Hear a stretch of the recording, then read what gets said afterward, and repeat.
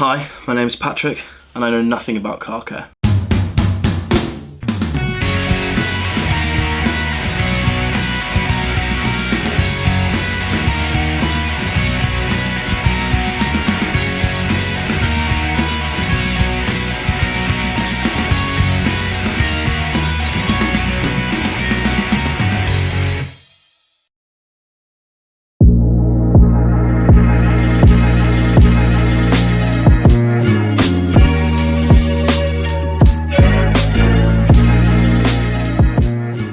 So, you may have noticed a change in lighting. It's gone a bit moody, a bit dark. This is how I have it all the time. All the time? All the time. Yeah. Well, this is because this is a detailing 101, how to compound your car using ultimate compound. So this is a video I've really been looking forward to making. I know you've been looking forward to making because we're excited to see the change that this has. Exactly.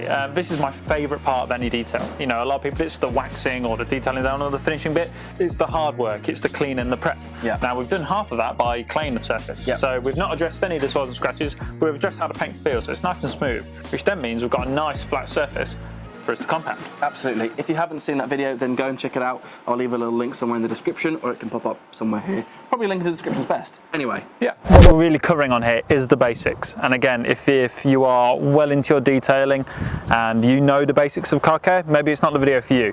But if you are new to this, you're new to Meguiar's, you're new to our processes and products, this is going to be a great introduction to our different shampoos, different processes, and little things like 2-bucket method and grit guards. The reason this is such a hero product, one, it's a consumer product, it's not a pro product, so anyone can get this and use it. Two, it's a complete swirl slayer. That's because it has the micro abrasives in it to not only hit the swirls and scratches, to refine the paint as well. Okay. So that means that as you're using it, you know, you're not just kind of hammering it with a compound. The polishing oils in this are going to give it that gloss. Wow. The phone's on silent. So, welcome back. As well as being as a reviver, it's also a refiner as well. So, like I say, we are going to be addressing the swirls and scratches, but if you have faded paint, so if you have a car that's, was red and is now pink or yellow or anything like that, if you have a very tired paint and very faded, this has paint cleaners in to revive that as well. Right. So it's going to remove stains as well if you've got bird etching from bird lime residue. Bird crap. Bird. I just don't like saying it. Bird. So if you have like stains that have eaten into the clear coat, this is when you use a mechanical cleaner. Okay. Now this car has not had this ever. Like, the swirls on this are mental, and we'll show you what I mean by swirls and scratches. It's quite simple, but we are going to show you that. So, without further ado, I'm so excited for this. Welcome back to Detailing 101. Welcome back to how to remove your swirls and scratches. Don't. Do I not? Okay.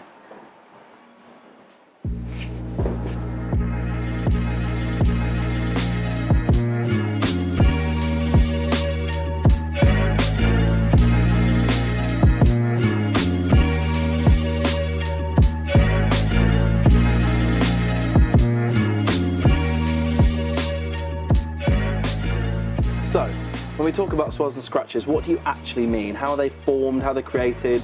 So they can be formed in many different ways. It could be someone physically scratching the paint, using something contaminated. So if you've got a bit of grit or stone or grime in your cloth and you're wiping it down, that's going to scratch the paint.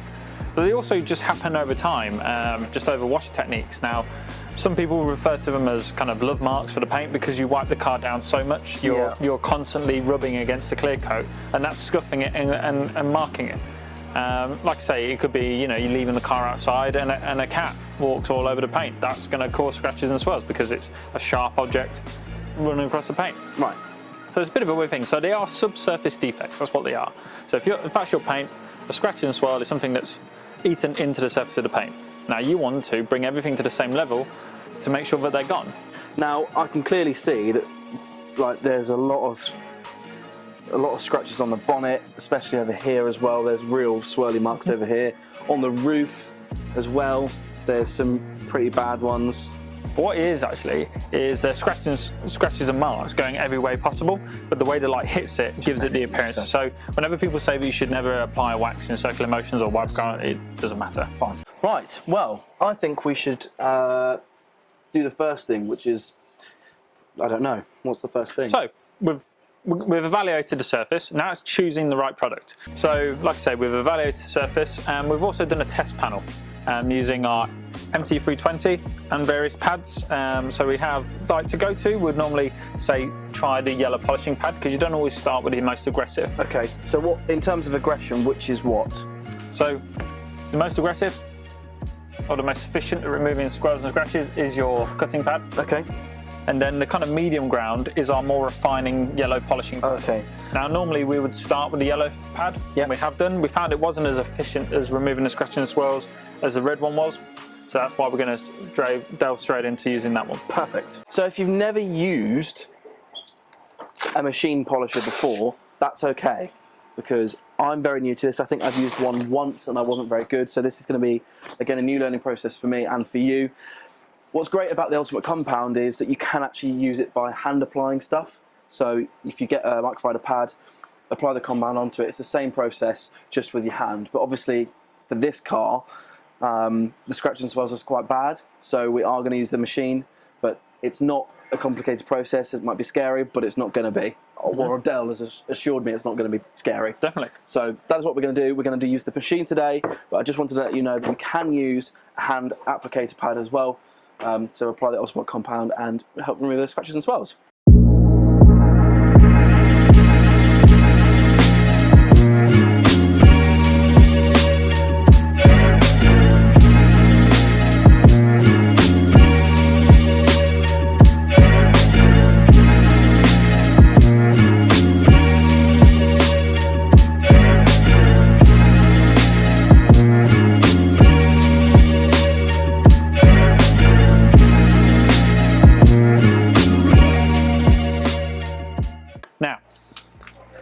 The only damage you'll ever do with machine polisher, especially ours, is by dropping it on the paint. Using a DA machine means you're using less speed and less pressure. Okay. Means you can take your time with the paint. The slower you go, the quicker it gets done. I know it sounds quite strange, but we'll put it into practice and you can see exactly what we mean. Before doing anything, my little trick with these pads is, if you feel that, Patrick, it's quite hard, isn't it? Yeah, it's not. Yeah. I'd say it's pretty very hard. So what I do before I do anything, kind of tear it up. Oh wow. Yeah. So what this does is softens the pores, kind of opens the pores up of the pad. Yeah. Which means it doesn't dramatically change it, but you'll see. Oh yeah, but it makes it a bit more porous. Definitely. It means it's going to absorb more product. Absolutely. Yeah. Place it nice and center on the machine. Yep. Okay. So as you can see, I put a fair bit of product on there. But what I do, you know how I primed the even coat pad? Yes. I'm doing exactly the same with this. So what this is doing is keeping the pad cool and lubricated, which means you can do longer buffing cycles. And we're all tempted sometimes just to put a cross on there or like some dots on their own. But what you have is a lot of exposed fibers rubbing on your paintwork. This way you're not actually exposing any of the exactly pad, that. So the bare pad to the paint. Exactly that. Everything's nice and lubricated, which means we've constantly got product working the surface. Yeah.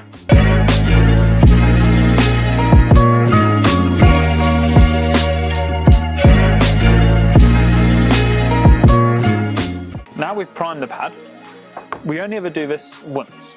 Per panel or per section, I like to use 5 little dots. Okay. Pea-sized dots like that. Is that all you need? All you need per section. So, as you can see, I've got the cable over my shoulder. Yep. This way it keeps it away from the paintwork. Never give yourself too much to do. So if you were looking at this bonnet now, I'd probably break this centre bit down into 4 sections. Okay. Like that. And then I'll do these in 2. So we're just going to work on kind of this square panel. We're just going to work here. Perfect. Yep.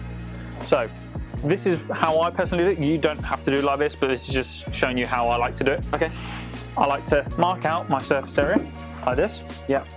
And then, you know how we've been priming the pads? Yeah. I now want to prime the surface. So I'm going to set the speed to the slowest on the machine. Okay. I'm just going to spread the product.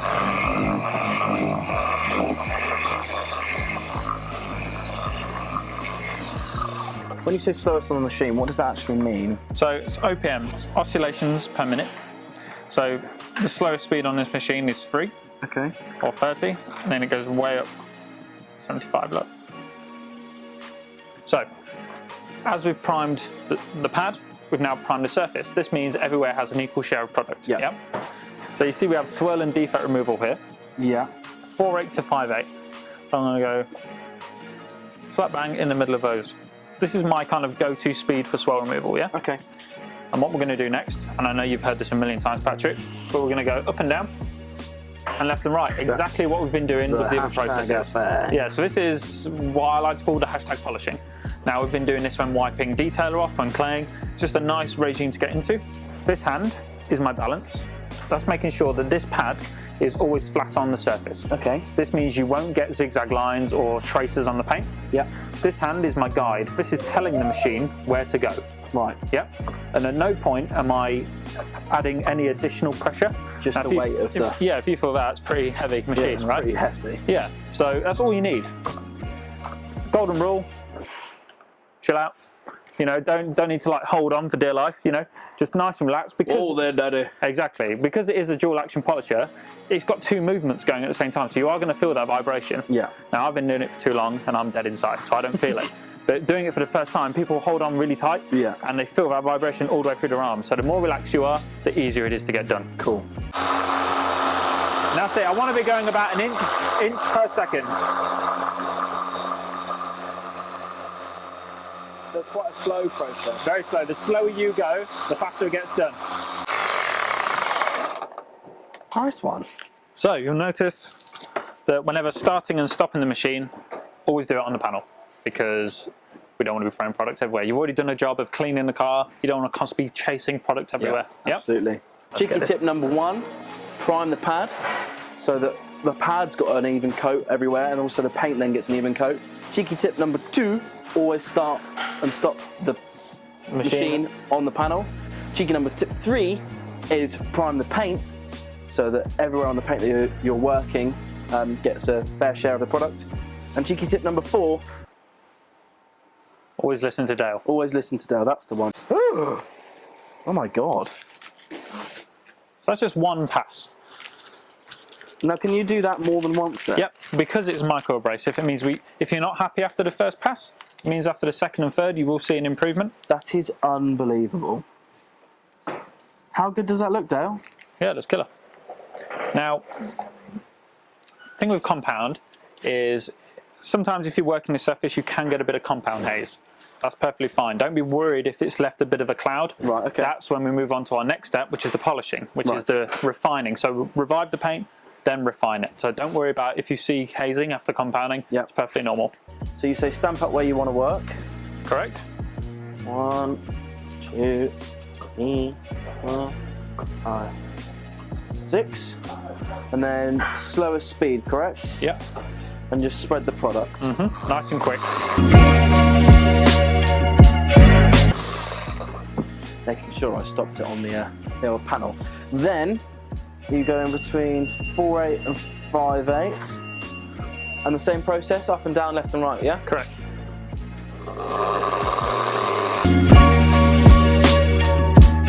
Know if it's flat if you get these even spread. Now if you make tiny adjustments, see how it stops spinning? Yeah. So keeping that nice and flat, you can see the white lines constantly spinning. Gotcha. Wipe it off. Switch sides and buff it away. Oh, it looks so good. So like you said, there is some haziness, but you said the polishing can just completely... The polish is going to refine that, yeah. But you can definitely see that all the swirls around there are definitely reduced and almost gone entirely in the bit that we've just done. Oh, it looks so good. That was awesome. Definitely wasn't on my phone. Definitely weren't on your phone. Dale, you're supposed to be teaching me here. So you can really see the reduction of the swirls and scratches. They're not completely gone, but like I said, this car is... it's diabolical in terms of that. So, right, let's do the rest of the car. It's exciting. I like it. And we'll show the finished product afterwards.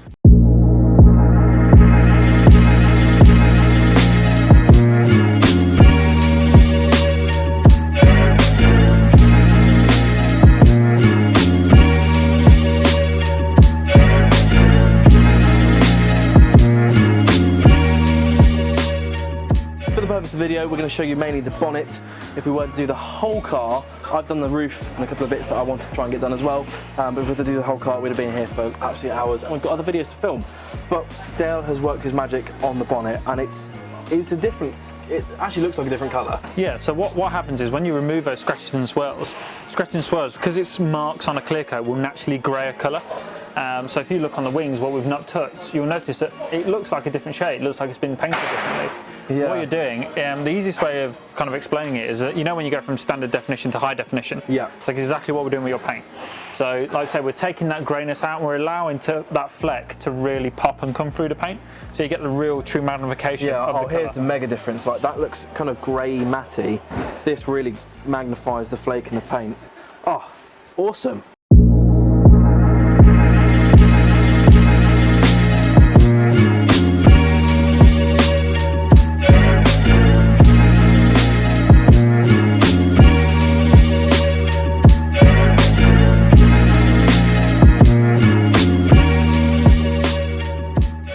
It's very difficult to see inside or like through the camera, but to the natural eye, it's a completely different colour.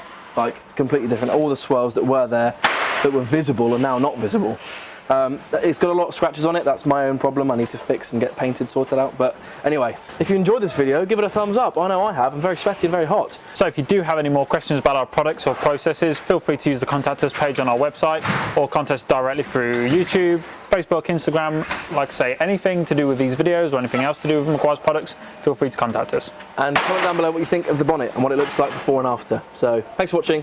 See you next video for another episode on Detailing 101.